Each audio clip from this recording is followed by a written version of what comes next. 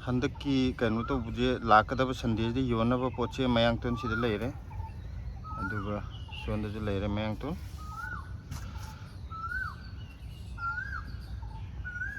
कनो कोंगे कोकिल तो मयांगतोन सोंद लेरे अदुगा नाकुपी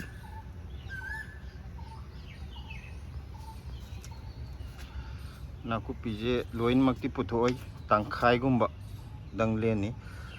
हाइदे हाना ममांग खर थेंगने ममांगी दे खितंग थेंगने लेनबे यावगेबको मोइदि चावो मपुंग फाद्रमिने नाकुपीजिदा लेरे द येंदेम दे महौसा मपुन अमनि दे हना कसु थोय हंदक मतिय में नुसा साबे खन्ना खन्ना यंगोसे कइनोजे मनाजी केमिजे पाफोर सारगा येंदेम दे मपुन अमनि थोकदों माले सिजि मखरा लेरनी अदगी अखोय नाकुपी लेग्रे दुगा नंबर 1 मयांगतोन लेग्रे उनकी नाकुपीजी मैम खितंग नौरीको सिदी हंदक लेनबा फरक तागेनी दुगा सिदगी अमा सिजिबुदी अरिबनेबको अदुन कुंगना फौरिजे सिदी याम लिरबने ममांग योनगेबदुदा खाओबनी अदुगा सिदना सौगरी खितंग लेरे सौगरी हानदौना पैकेट 10 मु पुथोरपो याब्रेंगे अदुदगी खितंग हेनबा नत्रगा ताबदी तादो मादे 10 मुती यादो माले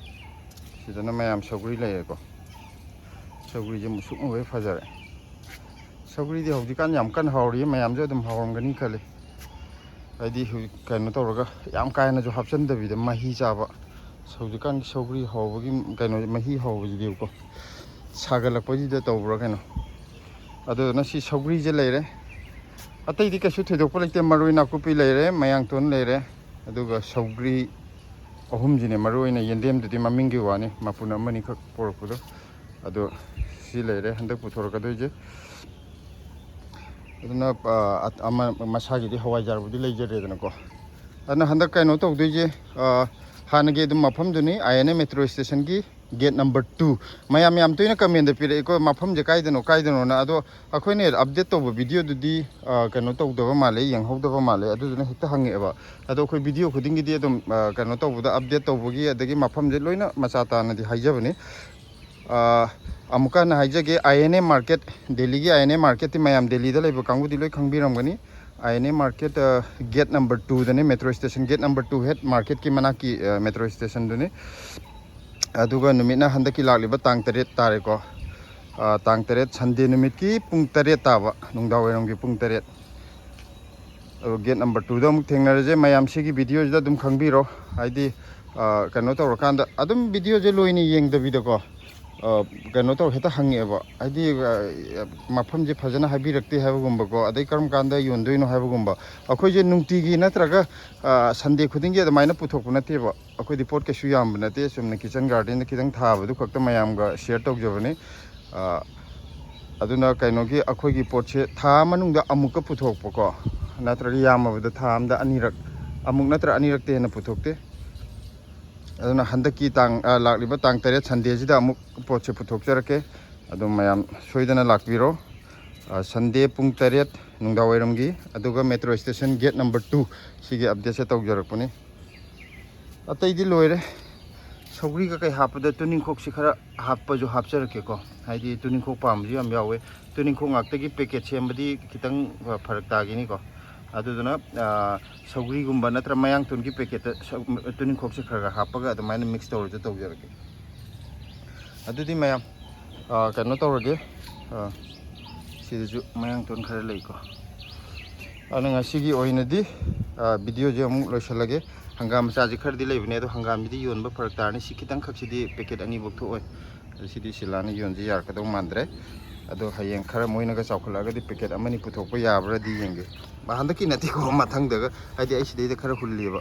तो सिदैदा मसा खरा हुल्लेबको सिदि नाम फक्तरा चागिबनि हाइदि सौगरी दौना खितंग खक हापगा थोंबा याबा पोट नते हंगामदि याम चंगकदौनिनबको सिदि योनबदि फरक तानि अदो कनो तौरगे सिगी सौगरी अंगांगबुजे सिजमजो पैकेट अमतंग हापचरके मयाम सिगी अंगांगबुजे याम हावगियबको अखोय हाइदी खितंग सिनबा हंदबा पाम मिनदि सि याम बेस ओइन हावनिबो तोपा अमना अखोय पोट योनजे मयामना अहानबा लाकपगी मतुंग इन क्यूदो ओइन तौबियो अदु ओइतारदि पोट से नुवाइने हाबा यामनाबुदि फजै पोट फंगबगी मतुंग इन दि क्यू लेपदुनदि याम नुवाइनेबको ꯑꯗꯣ ꯑꯩꯅ ꯄꯣꯠ ꯌꯣꯜꯂꯤꯁꯦ ꯃꯔꯨ ꯑꯣꯏꯅ ꯄꯣꯠ ꯌꯣꯟꯕꯒꯤ ꯈꯛ ꯅꯠꯇꯦ ꯑꯩꯈꯣꯏꯗꯤ ꯚꯤꯗꯤꯑꯣ ꯅꯝꯕꯒꯤ ꯃꯌꯥꯝꯒ ꯄꯨꯟꯕꯒꯤ ꯑꯗꯨ ꯅꯨꯡꯉꯥꯏꯕꯅꯦꯕꯀꯣ ꯑꯗꯨꯗ ꯃꯌꯥꯝꯁꯦ ꯄꯔꯦꯡꯅꯒ ꯀ꯭ꯌꯨ ꯂꯦꯞꯄꯒ ꯑꯃꯃꯝ ꯇꯧꯕꯗꯨꯗꯤ ꯌꯦꯡꯕꯗ ꯑꯩꯈꯣꯏꯒꯤ ꯌꯥꯝꯅ ꯑꯦꯟꯇꯔꯇꯦꯟꯃꯦꯟ ꯑꯣꯏꯗꯧ ꯃꯥꯟꯗꯕ ꯄꯣꯠ ꯌꯣꯟꯕꯒꯤ ꯑꯗꯨꯒ ꯂꯥꯛꯑꯒ ꯃꯌꯥꯝꯅ ꯑꯄꯥꯝ ꯑꯄꯥꯝꯕ ꯈꯟꯅꯕꯁꯦ ꯁꯤꯁꯤꯅ ꯍꯦꯟꯅ ꯌꯦꯡꯕꯤꯔꯤꯕ ꯃꯌꯥꯝꯅ ꯅꯨꯡꯉꯥꯏꯔꯝꯒꯗ꯭ꯔꯅ ꯑꯗꯨꯃꯥꯏꯅ ꯇꯧꯖꯕꯅꯤ ꯑꯗꯨꯒ ꯃꯅꯤꯄꯨꯔꯗꯒꯤ ꯀꯣꯟꯅꯗ꯭ꯔꯗꯤ ꯑꯩꯈꯣꯏ ꯃꯅꯤꯄꯨꯔꯗꯒꯤ ꯄꯣꯠ ꯊꯥꯔꯛꯀꯦ ꯌꯣꯜꯂꯣ ꯈꯣꯠꯂꯣꯅ ꯍꯥꯏꯕꯗꯣ ꯑꯗꯨꯗꯨꯃꯗꯤ ꯁꯤꯗꯩꯗ ꯃꯅꯤꯄꯨꯔꯤ ꯗꯨꯀꯥꯟ ꯃꯁꯤꯡ ꯈꯪꯗꯅ ꯂꯩ ꯄꯣꯠ ꯂꯣꯏꯅꯃꯛ ꯁꯨꯅ ꯐꯪꯉꯦ ꯑꯩꯈꯣꯏꯅ ꯌꯣꯜꯂꯤꯁꯤꯗꯤ ꯑꯩꯈꯣꯏ ꯁꯤꯗ ꯊꯥꯖꯕ ꯄꯣꯠ ꯑꯃꯅꯤꯈꯛ ꯁꯨꯝ ꯃꯌꯥꯝꯒ ꯅꯨꯡꯉꯥꯏꯕꯒꯤ ꯍꯥꯏꯇꯥꯔꯦꯀꯣ ꯑꯗꯨꯒ ꯑꯩꯈꯣꯏꯒꯤ ꯚꯤꯗꯤꯑꯣꯕꯨ ꯌꯦꯡꯕꯤꯔꯤꯕ ꯅꯨꯡꯁꯤꯕꯤꯔꯤꯕ ꯃꯌꯥꯝꯁꯤꯅ ꯁꯨꯝ ꯑꯩꯈꯣꯏꯗꯒ ꯂꯥꯛꯑꯒ ꯑꯩꯈꯣꯏ ꯁꯤ ꯊꯥꯕꯁꯦ ꯁꯨꯝ ꯀꯩꯅꯣ ꯇꯧꯕꯒ ꯍꯥꯏꯗꯤ ꯆꯔꯥ ꯑꯃ ꯀꯔꯤ ꯑꯃ ꯆꯥꯕꯗꯣ ꯑꯗꯨꯒꯤ ꯅꯨꯡꯉꯥꯏꯕꯒꯤ ꯃꯑꯣꯡꯗ ꯇꯧꯖꯕꯅꯤ ꯇꯁꯦꯡꯅ ꯃꯅꯤꯄꯨꯔꯗꯒꯤ ꯑꯣꯏꯅ ꯄꯣꯔꯛꯑꯒ ꯕꯤꯖꯤꯅꯦꯁ ꯇꯧꯕꯒꯤ ꯋꯥꯈꯟꯗꯨꯗꯤ ꯅꯠꯇꯦ ꯀꯩꯒꯤꯅꯣꯗ ꯃꯅꯤꯄꯨꯔꯒꯤ ꯗꯨꯀꯥꯟ ꯃꯁꯤꯡ ꯈꯪꯗꯅ ꯁꯤꯗꯩꯗ ꯂꯩꯀꯣ ꯑꯗꯨꯗꯨꯅ ꯅꯧꯅ ꯑꯩꯈꯣꯏꯅ ꯕꯤꯖꯤꯅꯦꯁ ꯇꯧꯕꯒꯤꯗꯤ ꯀꯩꯁꯨ ꯊꯣꯏꯗꯣꯛꯅ ꯃꯊꯧ ꯇꯥꯗ꯭ꯔꯦꯅ ꯈꯟꯖꯩ ꯑꯗꯨ ꯁꯤ ꯍꯥꯏꯌꯦꯅ ꯃꯌꯥꯝꯅ ꯋꯥꯔꯧꯕꯤꯅꯣ ꯑꯗꯨꯃꯛꯄꯨ ꯃꯌꯥꯝ ꯑꯩꯈꯣꯏꯒꯤ ꯚꯤꯗꯤꯑꯣꯁꯤ ꯌꯦꯡꯉꯒ ꯑꯁ ꯀꯣꯟꯅꯗ꯭ꯔꯤꯗꯣ ꯊꯥꯕꯤꯔꯛꯀꯦꯒ ꯍꯥꯏꯕꯗꯣ ꯌꯥꯝ ꯅꯨꯡꯁꯤ ꯍꯥꯏꯗꯤ ꯅꯨꯡꯁꯤꯕꯒꯤꯅꯤꯀꯣ ꯇꯥꯛꯄꯤꯔꯛꯏꯁꯦ ꯑꯗꯣ ꯑꯩꯈꯣꯏꯅ ꯑꯗꯨꯒꯤ ꯄꯣꯠꯇꯨꯃꯗꯤ ꯑꯩꯈꯣꯏ ꯃꯅꯤꯄꯨꯔꯗꯒꯤꯗꯤ ꯆꯦꯟꯖꯔꯔꯣꯏꯒꯦ ꯗꯨꯀꯥꯟ ꯃꯌꯥꯝ ꯂꯩꯔꯕꯅꯤꯅ ꯑꯩꯈꯣꯏ ꯑꯗꯨ ꯆꯦꯟꯗ꯭ꯔꯁꯨ ꯌꯥꯔꯅꯤ ꯁꯣꯝꯗꯅ ꯑꯩꯈꯣꯏ ꯁꯤꯂꯥꯅ ꯍꯋꯥꯏꯖꯥꯔ ꯇꯌꯥꯔꯤ ꯇꯧꯕ ꯂꯣꯏꯈ꯭ꯔꯦ ꯁꯟꯗꯦ ꯅꯨꯃꯤꯠꯀꯤ ꯑꯗꯨꯒ ꯀꯔꯤꯅꯣꯝꯇꯪꯒ ꯍꯥꯏꯖꯍꯧꯒꯦ ꯃꯌꯥꯝ ꯀꯃꯦꯟꯗ ꯌꯨꯝꯗ ꯑꯣꯏꯅ ꯂꯥꯛꯑꯒ ꯂꯩꯖꯒꯦ ꯈꯣꯠꯀꯦꯅ ꯑꯗꯨꯃꯥꯏꯅ ꯍꯥꯏꯕꯁꯨ ꯌꯥꯎꯋꯦꯕꯀꯣ ꯑꯗꯨ ꯌꯨꯝꯗ ꯂꯥꯛꯄꯗꯨꯗꯤ खितंग फरक तानी हाइदी अखोइना कनोदुमा योनबा चटपा नुमितुगी एकदम सेम सानबा होटनबा अयुक हेत याहौबदगिना अदुम नुंगदा ओइरमबोजो खoi ngahaktang bo pothaba matam phangde aduduna mayamna अखोइदा lakpiragadi mayamgi lakpada अखोइना ju फजना मपुंग फाना mayamga pundana khotana tawbugi matamdu phangjaroidabnina adun खितंग फरक तारनी को अदुदुना मार्केट ओइन अदुम थेंगनरजे mayam